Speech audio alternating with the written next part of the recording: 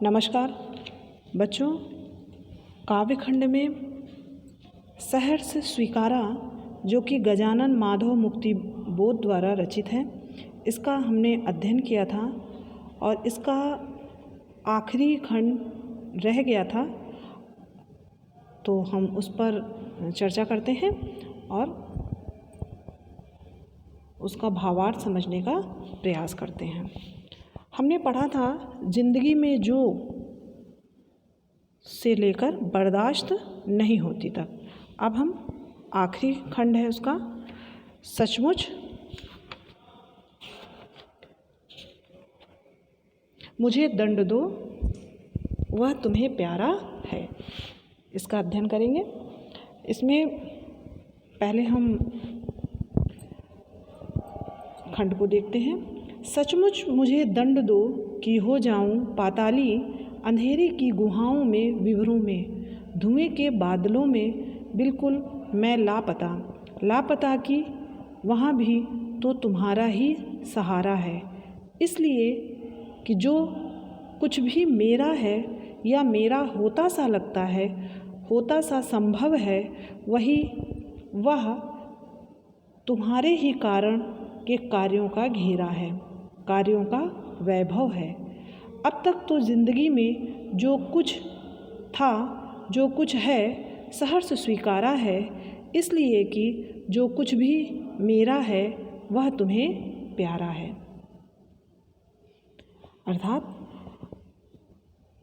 इस खंड में कवि अपने प्रिय से अपने को दंड देने की बात कह रहा है। तो थोड़ा सा पहले हम शब्दों के अर्थ को जानते हैं। पाताली अंधेरा यानी धरती की गहराई में पाया जाने वाला अंधेरा। गुहा गुफा, विवर माने होता है सुरंग या बिल, घेराव माने फैलाव और वैभव माने समृद्धि। तो संदर्भ वैसे ही रहेगा। प्रसंग में हम देखेंगे कि इन पंक्तियों में कवि अपनी प्रिय के अस्तित्व से आच्छादित अपने अस्तित्व को समाप्त करने का दंड चाहता है। अब हम भावार्थ पे चलते हैं। कवि कहता है कि वह स्वयं को पाताल जैसी घनघोर गुफा के अंधेरे में विलीन करना चाहता है। वह अपने वर्तमान संपूर्ण अस्तित्व को ही विलीन करना चाहता है, समाप्त करना चाहता है और ऐसी स्थिति में जाने का वह दंड पाना चाहता है। यह विडंबना है। यह है कि अचानक उसे लगता है कि लापता होने के बाद भी, अपने वर्तमान अस्तित्व को समाप्त करने के बाद भी वह अपने प्रिय के सहारे ही तो बचेगा, उसके सहारे ही तो रहेगा, क्योंकि वह स्थिति भी उसके प्रिय के कारण ही उपस्थित होगी। कवि के सभी कार्यों का कारण उसकी प्रिय ही है। कवि के कार्यों के वैभव का कारण भी उसकी प्रिय ही है। इसलिए उसके अस्तित्व को समाप्त होने या उसके विलीन होने का कारण भी उसकी प्रिय ही होगी। प्रिय के अस्तित्व से भिन्न कवि के अस्तित्व का कोई अर्थ या कोई महत्व नहीं है।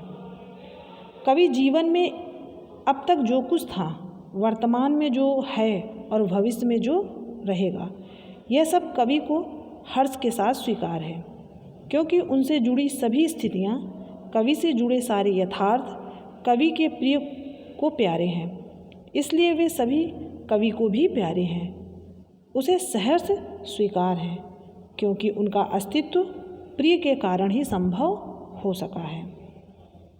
कवि अपने प्रिय के साथ गहरी आत्मीयता, घनिष्ठता और प्रेम प्रदर्शित करता है और कवि के जीवन से जुड़ी सभी वास्तविकताएं प्रिय को प्यारी होने के कारण कवि को सहर्ष स्वीकार है, क्योंकि उनसे कवि के प्रिय की संवेदनाएं जुड़ी हुई हैं। काव्य सौंदर्य में आते हैं। प्रस्तुत पंक्तियों में कवि की अपनी प्रिय के प्रति प्रेम में अनन्य गहराई दृष्टिगत हुई है। कवि अपने प्रिय के प्रति इतना समर्पित, निष्ठावान एवं मुग्ध है कि वह उसके उपकार या कृतज्ञता से दूर जाने के बावजूद स्वयं को उसके प्रति कृतज्ञ मानता है। संस्कृतनिष्ठ शब्दों के लिए जिंदगी, प्यारा जैसे लोक प्रचलित शब्द सुंदर ढंग से प्रयुक्त हुए हैं। होता सा पद में काव्यांश में उपमा अलंकार मौजूद है या दृष्टिगत है। सहर्ष स्वीकारा में सावर्ण तथा कारण के कार्यों में कावर्ण की आवृत्ति के कारण अनुप्रास अलंकार विद्यमान है। तो बच्चों, ये था आपका सहर्ष स्वीकारा पाठ का अर्थ, प्रसंग, संदर्भ सहित काव्य सौंदर्य। आशा है कि आपको ये पाठ समझ आया होगा। आगे आपको प्रश्नोत्तर दिए जाएंगे। धन्यवाद।